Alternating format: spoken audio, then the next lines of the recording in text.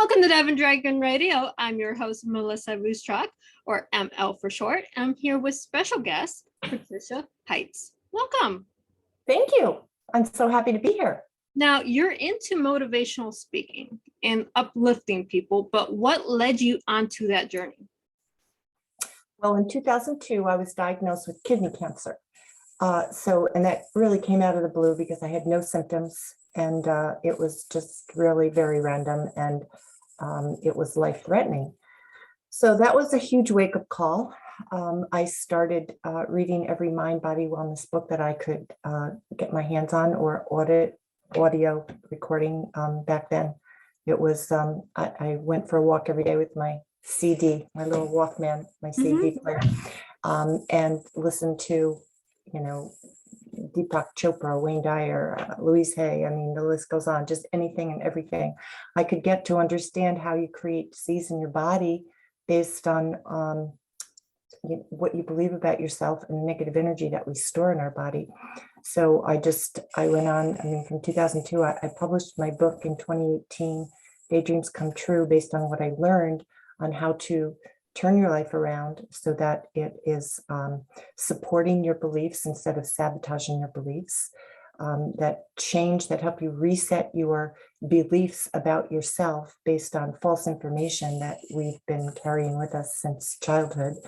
I kind of cracked that code. I went through and looked at all the things that I believed about myself. I thought, if I could create a disease in my life based on my self-loathing and my not loving myself, what could I do if I did love myself? Like, what kind of a life could I create from there? And so I was just really fascinated with what I was learning, and I had to learn more. So I did learn everything that I could possibly learn about creating disease in your body, and how not to create that, and how to heal yourself based on what you believe about yourself. So that's what started it, was that diagnosis with kidney cancer. Well, where are you now with your health journey? Let's go. So that's the most miraculous thing about all of this, is when I was first diagnosed, I was told that you never can not be vigilant from this moment on, because when you have kidney cancer, everything travels through your kidney. And so the cancer cells that have traveled through there and that are dormant in your body someplace can be triggered. And so for the rest of your life, I would have to come back for checkups and be vigilant about that. But then in 2018, I think it was 2018, when I went for my annual checkup, my doctor said to me, well, I think after all these years, we can use the word cure, which I was like, what? Because I remember when I went for my 5-year checkup and I said to him, oh, wow, 5 years, I think I'm safe now. And he said, no, not with kidney cancer, because you never know where those cells have traveled. And so we have to stay vigilant for the rest of your life. So for him to use the word cure was, I was amazing. Like shocked. I said, how, you told me when I was 5 years in that wasn't possible. And he said, well, enough, and we know more about the disease than we did back then. And I feel very comfortable saying, after 17 years, that with no reoccurrence, that we're pretty safe to use the word cure. So for me, that was a confirmation that I had changed my beliefs. I had changed who I thought I was in the world, and how I did relationships and how I did the world. I had changed that. My life was happier. My life is happier. I'm a completely different person than I was back in 2002. And I look at the world completely differently. I feel completely differently about myself and about my relationships and about how I do the world. So my life is wonderful, and my health is, 100%. You have no idea how many people I talk to that have gone through life-changing events. These are mostly medical events, and they view the world completely differently afterwards than they did before. Why? Because we have to find that inner peace. Once you find the inner peace, then you're happier, then your body can actually heal itself. Absolutely. You connect with energy. How much of our lives is spent hating our bodies, hating ourselves, because of things we are taught by the outside world that we take in as truth. Oh, I'm beautiful, or I'm ugly, I'm stupid, I'm put a negative in there. You start believing it. And then you look that way, you feel that way. Your body creates this negative stuff inside of you. And it comes out as toxic. It's blackheads, they're the pimples, stress. Those are your warning signs. I didn't listen to the warning signs as a child. I listened to the warning signs now. Absolutely. You have to pay attention. If you take a good look, it's not just what's going on in your body, but it's what's going on everywhere around you. You create that energy based on what you believe about yourself and the world. And that energy is within you, but it also projects out around you. So you attract toxic situations, you attract toxic people, you attract toxic jobs. I mean, whatever you believe about yourself within creates your world. So I say to everyone, look around, just think of what your life is right now. Are you happy with your life?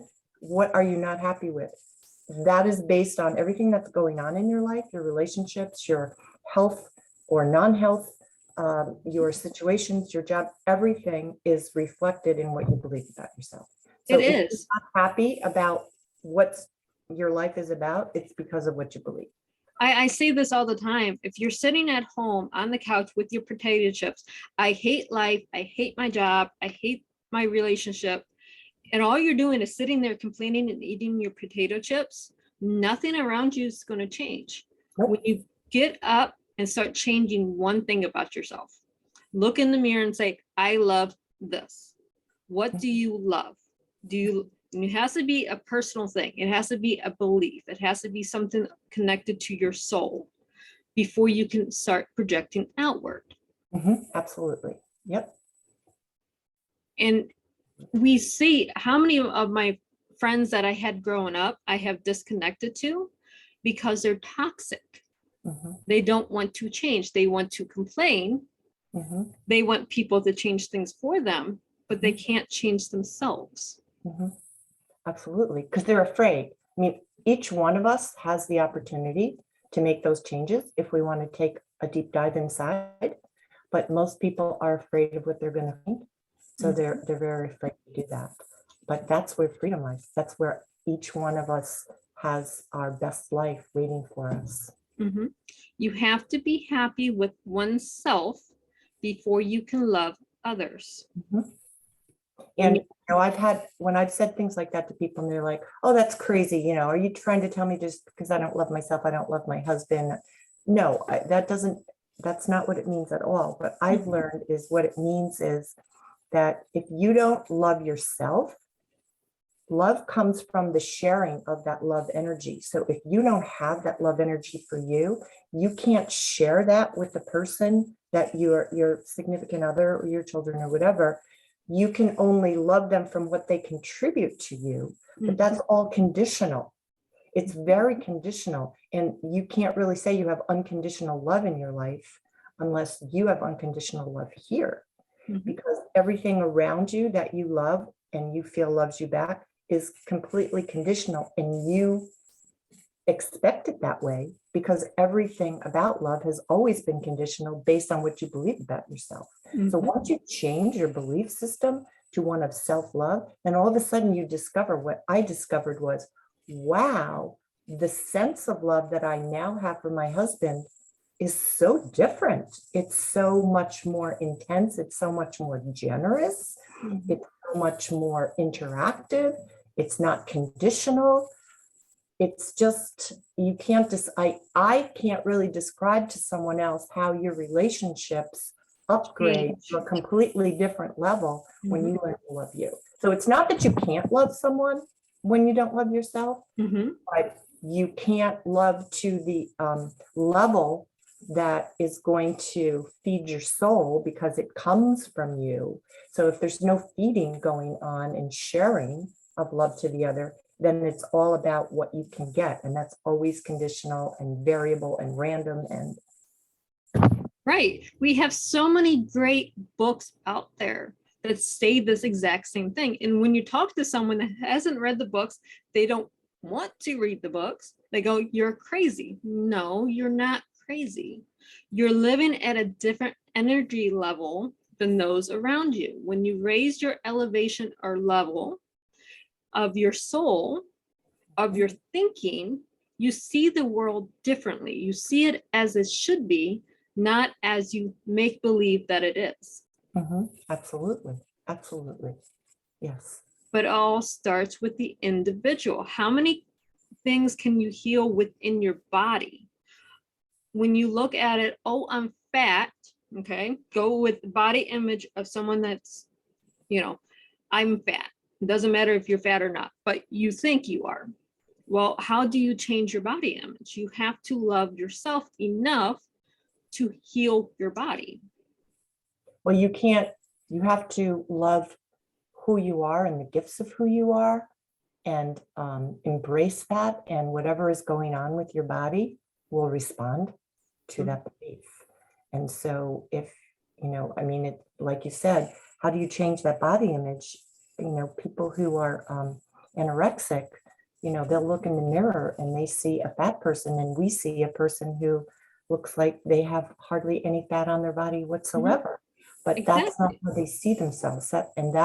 That's the most exaggerated idea of what someone's belief system can look like, but that's what every single one of us do. We look in the mirror and we see something that we put a label on based on what we have created as a belief system about ourselves. And until we go back as an adult and revisit what we believe about ourselves, and is that really true, or is that my perception, then we're always going to have those anchors holding us down. We're never going to be able to fulfill the authenticity, the gifts of who we are, until we let go of that, until we heal that. Right. So go back, look at the beliefs, figure out where it came from, realize it's not true, and then create a new belief to replace that. Right. I use the word fat because I have a niece who is a size 0. Okay. No one, she's literally a size 0. And she told me she's fat. I'm like, what? Wow. That's insane. And I didn't say it that way to my niece, but at the same time, in my head, I'm looking at her, there's no fat, but that's her perception. She tells me she's ugly, she's whatever. I'm like, honey, have you ever listened to any of my podcasts? Do you know what I do for a living? Exactly. I'm like, do not tell me this. You have to change your belief system. You can't do it by yourself. You have to start changing those around you. You have to have the positive influences in your life to find the positive belief system. But at the same time, you have to find it within yourself to heal. You have to heal your beliefs. For me, I was, of course, very dependent on the people around me and what they contributed to my life to give my belief, my perception of who I was, value. And it wasn't until I had this kidney cancer situation where I thought, this is just between me and me. This doesn't really what anybody else is thinking about me. This is my life. Do I choose to stay here? Because I had at the time, my children were small. I did not want to leave them. I didn't want my children to have their mother die on them when they were young. So I thought, there must be something that I'm missing here. I mean, it was just my intuition that was telling me there's something else going on here that you need to figure out. And I think most people who have a life-threatening disease diagnosis go through this question of, what is my life about? Who am I? How do I fit in the world? If I'm going to stay in this world, how is that going to be different? There's a million questions. It's all such a personal journey for each individual person. For me, my journey was, there's something that I need to learn from this. And for me, when I was home recuperating they took my right kidney because it had a football-sized tumor on it, so that it had to be removed. And when I was home recuperating, someone gave me the book, You Can Heal Your Life by Louise Hay, which was so life-changing for me. I had never really studied the mind, body, wellness, and the connection between the energy what we believe about ourselves and how we project that into the world, etc. And so when I read that book, it was, wow, I was like, this really, I see myself in this book. But when it got to the part where she asks the question in the book, why do you need to have this? Why do you need to have this disease in your life? It was like a lightning bolt for me, because I wanted to know. I kept saying to myself, I need to know what I need to know about this disease. Like, I need to know. I wanted to know. So I told my subconscious it was okay to know that information. So when I read that question, why do you need this in your life? I knew what I had done. I knew. It was like, boom, it just came to me like a lightning bolt. I knew that I had such a self-loathing a belief system about myself, to the point where when my husband told me that friends of the family had gone and they had to travel a distance. I'm sorry, they had to travel a distance to get to this, but they went to a shrine for Padre Pio, and they had to travel a couple hours to get there, and they went to the shrine and they said a prayer for me. And when my husband told me that, I cried and I said, I can't believe they did that. I don't deserve that. I actually said that. I don't deserve that when I was diagnosed with a life-threatening disease. So that was just an example of what I thought about myself. And so this whole journey of learning about how did I contribute to my own disease was just so life-changing for me, to change my belief about who I am and Everything. It changes everything. everything. Your entire life changes. In Because 2000, created you in the world and what you believe and the energy you put out there. So when you change that, everything else changes too. exactly. In 2010, if you would have came across me, you would say I was a toxic person. Everything about me, I hated where I lived. I hated my spouse. I was not happy in my job. I was loving being around people, but I wasn't happy in my job, regardless of what I was doing. I wasn't happy with how my daughter was being raised, but I wasn't doing anything to change it. And then I got sick. And then I spent a year in the hospital. Wow. And there was times I was home, but most of 2011, I was in the hospital. And I had to have brain surgery. I had 2 strokes. I was 28 years old. Why did this happen to me at 28 years old? Why? I'm putting toxic into my body, not outside toxic, my thoughts. Absolutely. And because I was telling myself, my body, that I'm toxic, even though I wasn't using that word, it's putting all that toxic in the body. And it was deteriorating my body. Absolutely. It took years for me to understand this. But at the same time, when I'm home out of surgery, I don't want to be toxic. I want my daughter to have a mommy that she can be proud of. That was my why. Once I found my why, now we start changing. Now we start learning how to not be toxic. Because you find out what you didn't realize before. Find out what you believed about yourself that you really were not aware of before. And that's all you need. Once you find out, you can't go back. Once you find out and you know what you need to do, then, I mean, that's the miracle. That's where you can change everything. Exactly. Make life amazing. It actually took me using my radio show and connecting with mentors that were in your field and learning to be able to heal my body. It was very thankful that I have this radio show that was very timid back in 2016.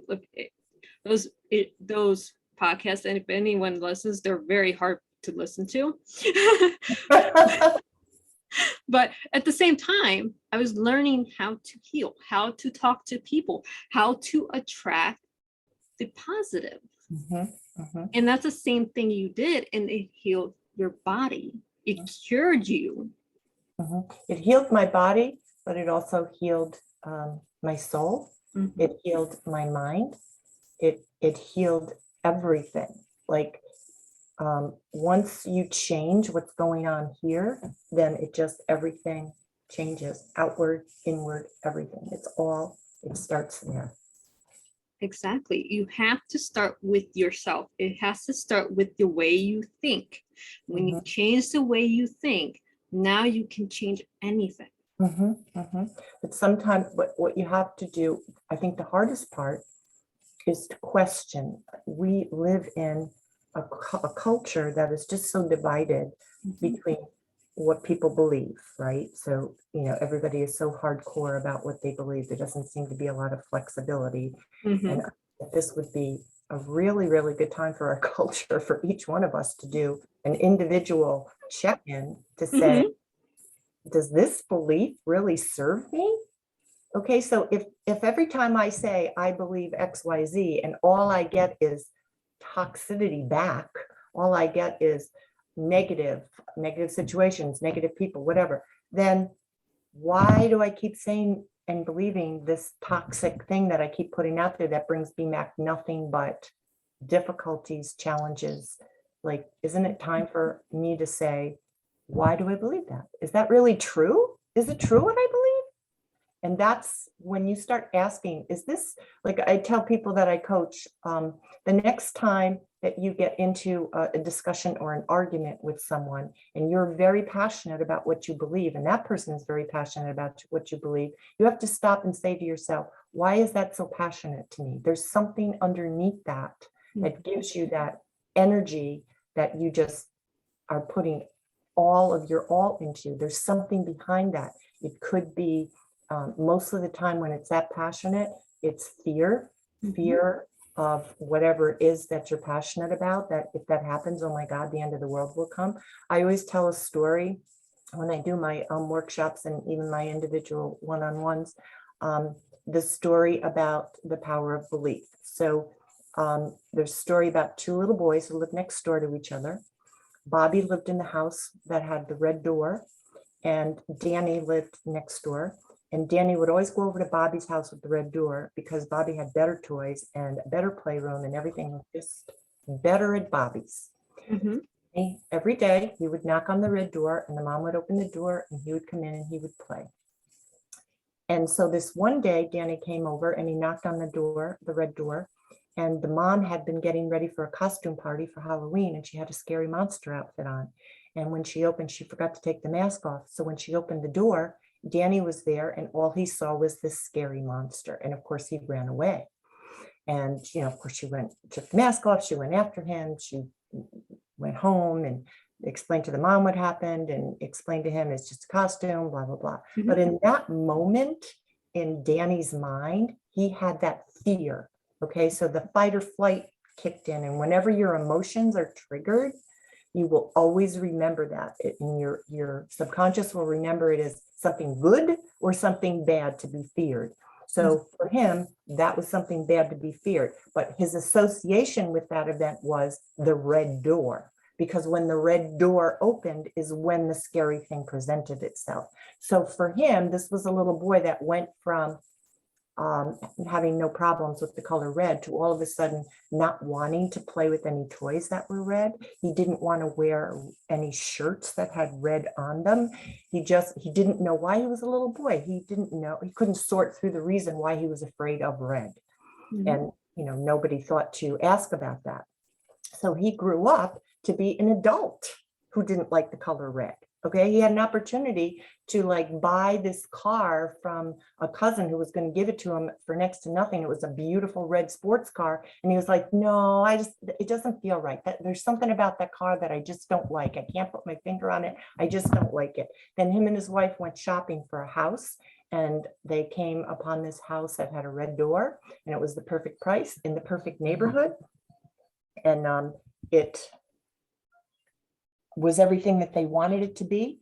And the wife was like, oh, let's put an offer in on this. This is the perfect house for us. And he kept saying, I don't understand what it is, but I don't like this house. There's something about it. I just can't put my finger on it. I just don't like it. And if he had gone back and explored his why don't I like the color red belief, he would have realized that he formed that belief during a very benign incident. It wasn't a traumatic event, but it became a traumatic event for him because of the fear that popped up when the red door opened. So all of us, every single one of us, have a red door. We do. And We all have something we we fear. all have a Red- red door. Mhm. And until we decide that we want to explore why are we afraid of that red door, we're always going to have that fear with us that's going to drive our behavior, that's going to drive what we believe about ourselves and our world.